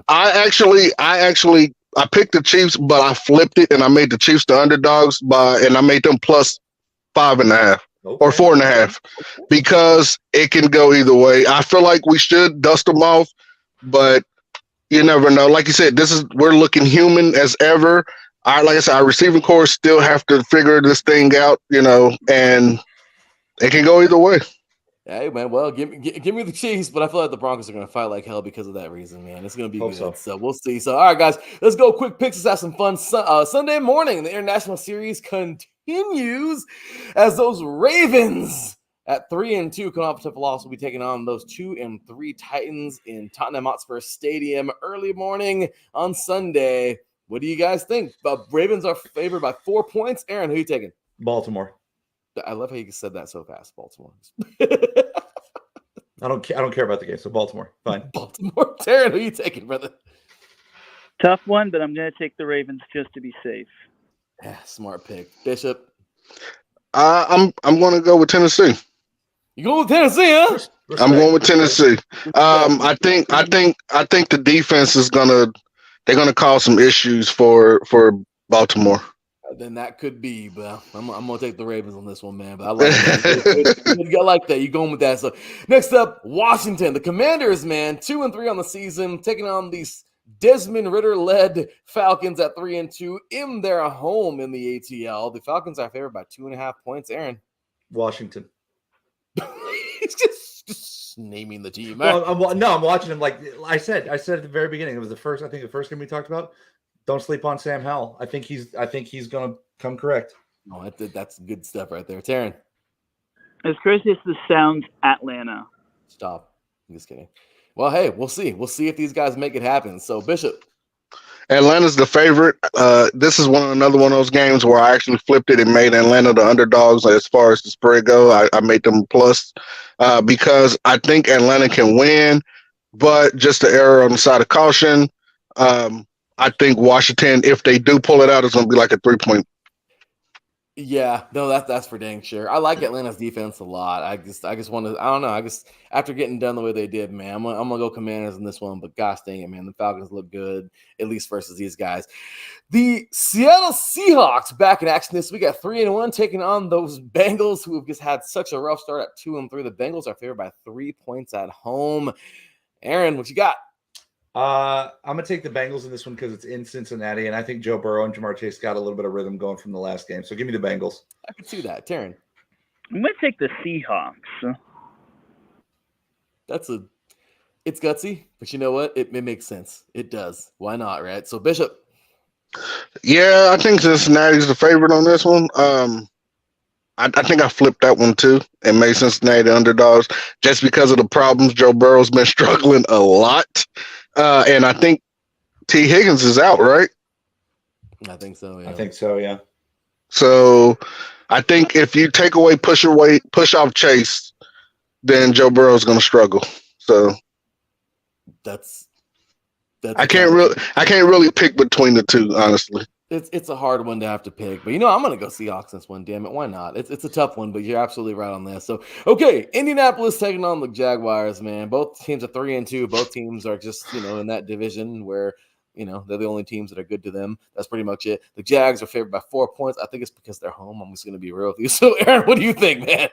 I'll take Jacksonville in this one. You think so? Okay. Yeah, I think so. Teran, who you got? Jacksonville, because the Colts haven't won in Jacksonville for like 7 or 8 years. That's a good reason. Correctly. That's a good reason. Bishop, who you got, man? Man, it's another tough one because I feel trap game because Jacksonville's riding high for the past 2 weeks. They're coming back from overseas. I feel like Jacksonville should take it at home, but we might be surprised by the Colts. Oh, wouldn't that be something crazy to see, man? The Carolina Panthers, is this the week they finally get a victory? Or hell no. Absolutely hell not. no. Absolutely So not. it's gonna be 100-0. Yeah. We're gonna see an NFL team drop 100 points. Watch. Oh man, that was cold. No, Well, he's there right it is. though. The Panthers have terrible. They don't have any defense. They don't. Bryce Young's not that good. So give me Miami. Give me the over. Take all the points. Like if the Broncos didn't get a hundo hung on them, Carolina damn sure will. That's Teran. I mean, we already know these guys. How about you, Teran? Dolphins, not even going to be close. Yeah, I'm with you. I was trying to make a funny, but you can't even be funny with this one, man. It's so sad. Yeah, there's no funny there. So yeah, they're favored by 13.5 points. Yeah. Give me the Dolphins. That line is wider than the Broncos Chiefs line. So that's everything you need to know. Yeah, give me the Dolphins all day. The Vikings with their 1-4 selves are taking on the Bears with their 1-4 selves. It's a 2-5. Oh, sorry, 2.5 point favorite for the Vikings. Ladies and gentlemen, the toilet bowl will be this weekend. Well, here it is, man. I don't know what else to say. I mean, which team is worse? We're gonna find out. But gosh dang it, man! Just because I felt like it would just be funny, I'm just gonna go with the Bears because it would be hilarious. What about you, Aaron? I feel like I got to take the Bears too at home. I don't know. Maybe Justin Fields has got to earn it. I'll take the Bears. Something, right, Teran? I think the Bears because no Justin Jefferson for the Vikings. Didn't think about that. Okay, how about you, Bishop? Yeah, Teran said exactly what I was going to say. No Justin Jefferson. DJ Moore, another 3 touchdowns. Yeah, I could totally see that, man. All right, so next up here we have the Minnesota. This one is crazy, and I screwed up the thing here. Sorry about that. Let me go ahead and rewrite this. Apparently, they're playing 2 games this week, but we have here the Minnesota. I'm sorry, I don't know how I got this one wrong. Sorry, I got that one clipped. Okay, next up here we have this game is weird. This is just probably the weirdest game. The San Francisco 49ers taking on the Cleveland Browns. Niners coming in at 5-0, Browns at 2-2. I don't know if what's the word on Watson, guys? Is he still out? I think he's questionable. So I don't know. Are they going to pull some crazy upset, or is it another hell no? Give me the Niners in this one, just because I feel like the Niners they're just rolling right now. So Aaron, how you think, man? This one's hell no. Like the Niners are good. They're scary good. Give me the Niners. Yeah, Niners. If the Niners line can keep Myles Garrett off of Brock Purdy's ass, then the Niners for sure.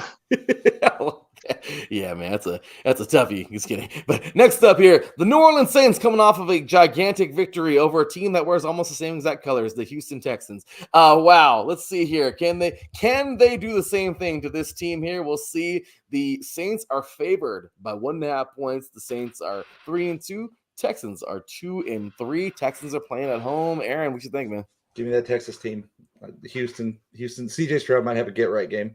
Watch him do it, too, seriously. Yeah, Teran? that's the thing. I got the Texans, but it's going to be close. The close one right there. I like that. Bishop? Yeah, I think this is going to be a close one here. Probably low scoring. And on top of that, I'm leaning Texans, but I don't know if they have enough firepower for New Orleans defense.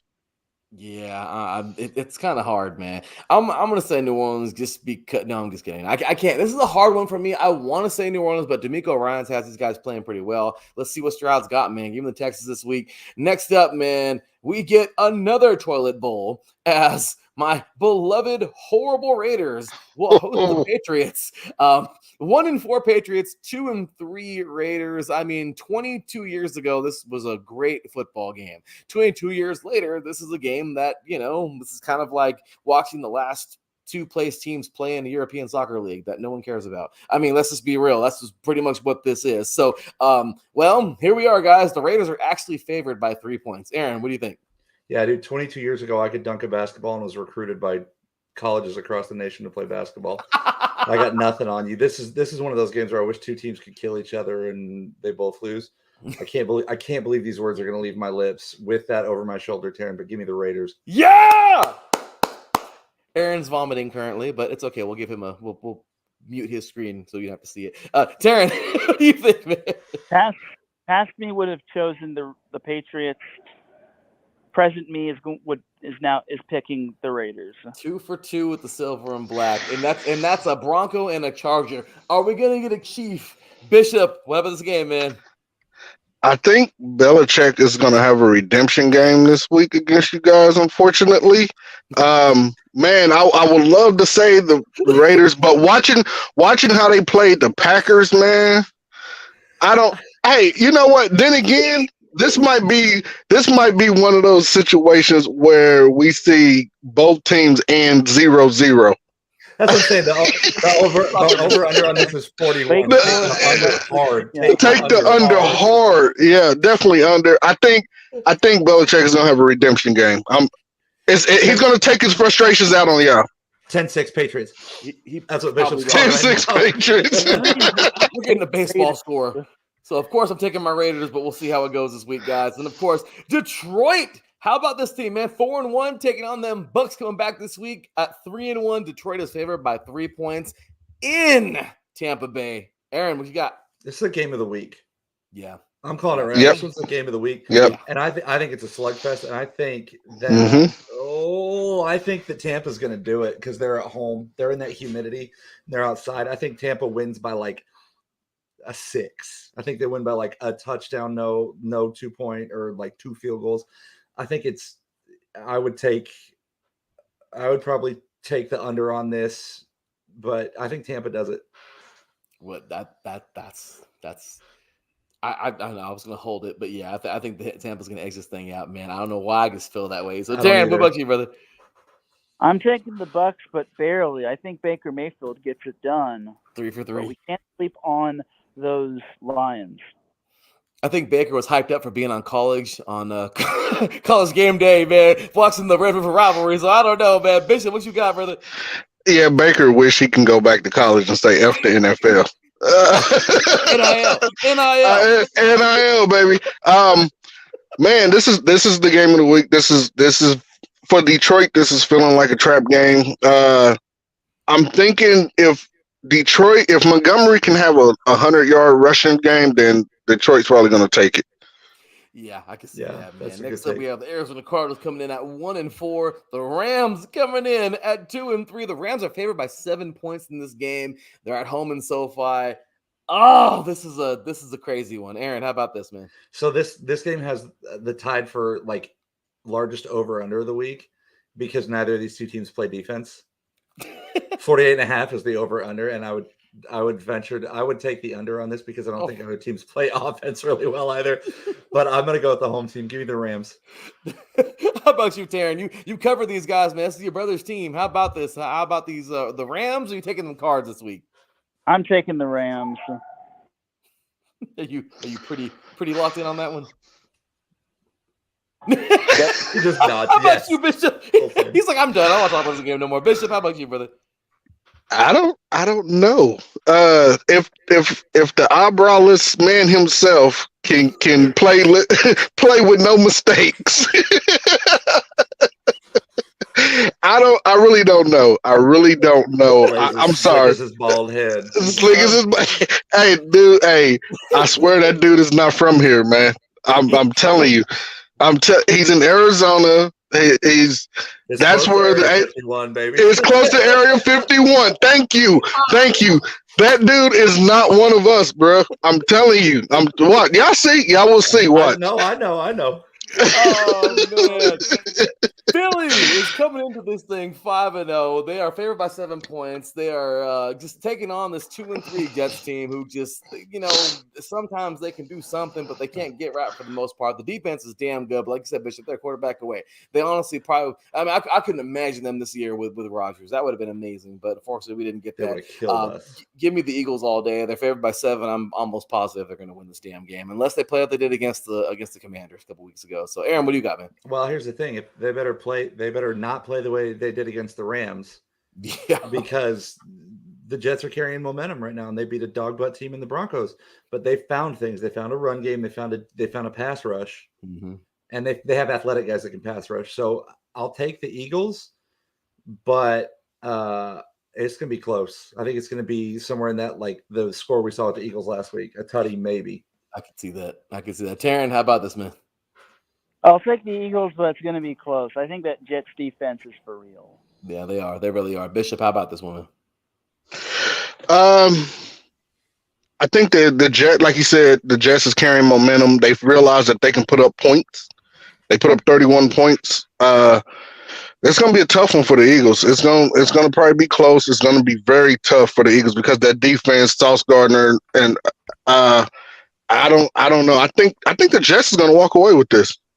It's gonna be a mind blowing situation the same way they did the Bills.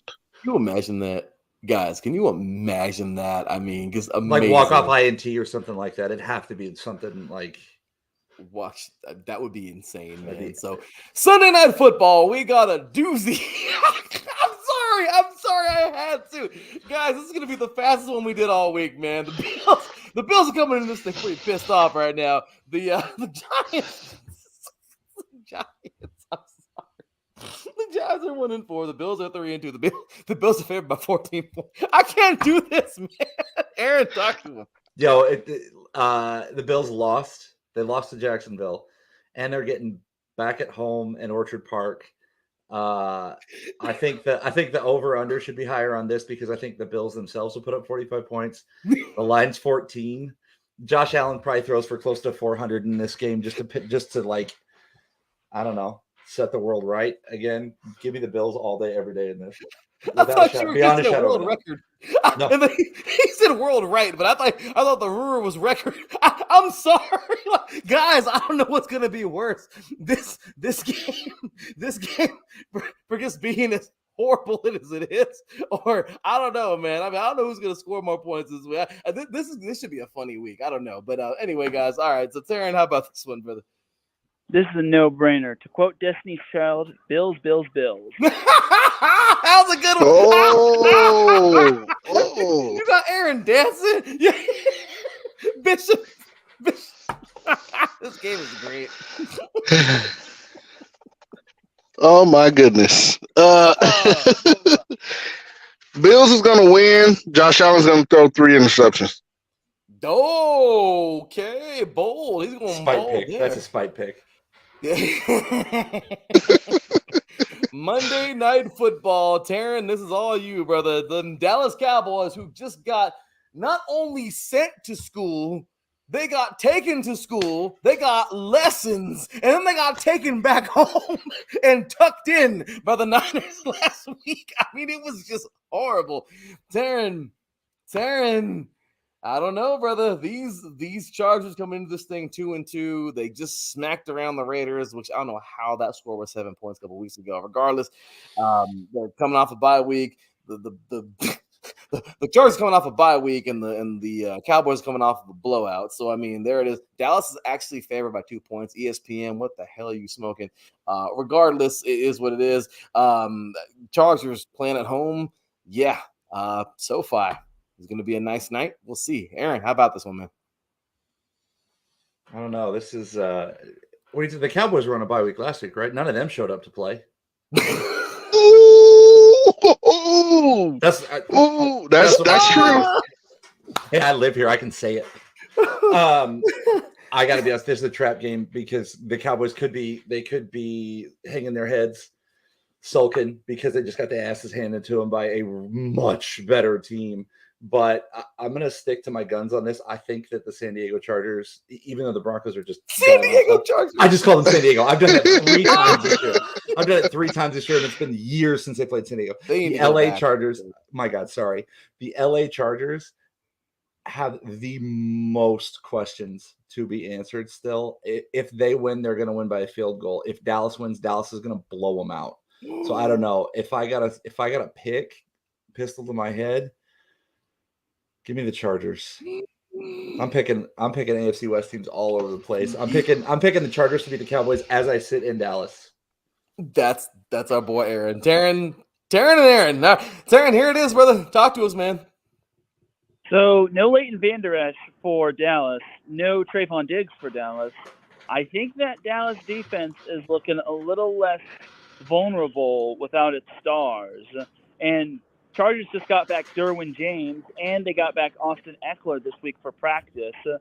And Justin Herbert just had a week off bye. So the Chargers are getting back some of their stars. And I think with the whole J.C. Jackson thing gone, it finally clears up. It finally has some clarity for who's the cornerback one with Michael Davis and whatnot. So I hate to be a homer, but I got the Chargers winning. And the number one thing when it comes to Chargers games is always expect a one-score game. I know my team, and when it comes to one-score games, that's basically the Chargers' MO. Somehow, some way, yeah. Bishop, you're the last pick of the night, brother. Oh man, I was gonna lean Dallas just because they, like I said, this should be a redemption game because they don't want to go out how they went out. But listening to Teran, I didn't know Austin Eckler then was back. Man, this might be. I feel like Justin Herbert plays a lot smarter than Dak does, so I'm gonna have to go Chargers. Oh, that's like, well, how did I say last pick? My bad, brother. But well, that wasn't me. That is. So yeah, I'm going Chargers in this game too. I don't know, man. I feel like the Cowboys are gonna be in their fields, man. They're gonna be like, they're gonna. The problem is that they're gonna try to overcorrect, and that's probably what's gonna catch them. Yeah, and you don't do that versus a team like the Chargers who can gut you if they get the chance. So yeah, that's good stuff, gentlemen. Just thank you so much for spending an hour and 42 minutes with me. I mean, every single week I'm trying to get this damn show down to an hour, but it's impossible. I guess 6 weeks in, Bishop knows the first time we tried it, we're like an hour. 2 hours later, I mean, too much fun, man. Too much fun. Gentlemen, please let's go around the board, man. What was that, Teran? It went the set point time or SoCal time. It's for damn sure, man. This is almost impossible to do. So let's go around the table one more time, you guys. Aaron, man, where can these diehards find you, brother? At @MileHigh_IESR for the show. At Big A Yowell on Twitter X. Aaron Yowell on Instagram. You can find me a mile above the rest, baby. I like it. Well, definitely with them Colorado Buffs coming up, I'll tell you that right now. But Teran, where can these diehards find you, brother? You can find me on X, formerly known as Twitter, @TeranRodriguez1. That is where I post my main content. It's a potpourri of content, not just football, but other things as well. As always, a great time. And our boy, man, Bishop, who helped make this show even better tonight. I'm so glad you're able to be here, brother. Where can they find you? I'm happy. X or Twitter or whatever you want to call it, place. At X Runners. It's crazy that my name is at X Runners and it's called X now. You would think I own it. But yeah. Oh man, you would think I own it. X Runners at Twitter. Look up This Is KC Sports on Twitter, IE Sports Radio. Man, you can find all of us. Good quality stuff on there. Come to IE Sports. radio.com. You can find everything, man. We got all We the good we we your direct feed for all that is sports. Yes, for damn sure. And gentlemen, it is an honor having each of you a part Without of this. a doubt. Yeah, without a doubt, man. So thank you so much for being here tonight, man. Every one of y'all. I'm just so happy y'all were able to be here. Now, do your thing, y'all. No, you don't gotta stick around anymore. I know you guys are getting, turning into pumpkins right now. My apologies. Yeah. Hey, listen, Yeah. Connor, sensation teenager Connor Bedard just netted his first points for the Blackhawks. He had an assist on a goal. The defending NBA champion Denver Nuggets tip off in 11 minutes for their preseason game. So the content is real. Gentlemen, it's There been a you go. pleasure. It's been a The pleasure. AFC West, Appreciate the it. AFC Yeah. West is yours. Hey. This is me signing off, sports fans. All right. Y'all take it easy. Take Take good. care, Appreciate y'all. We'll it. see you guys very Larry soon. D, I Later. appreciate it. I will see you Saturday. Have yourself a great week, and we'll see you soon. Appreciate Go you, brother. Chargers. Take care, Take care. gentlemen. Thanks. All right, y'all. That's gonna do it, man. That was a lot of fun. This is show our people some love again, man. That was a lot of fun, y'all. Bishop, of course, Mr. Bishop, Mr. Teran Rodriguez, and Mr. Aaron, y'all, great people, man. And just if you want more of this, y'all, iSports Radio is where you got to be. So let's cue that music, y'all, and get up on out of here for the night.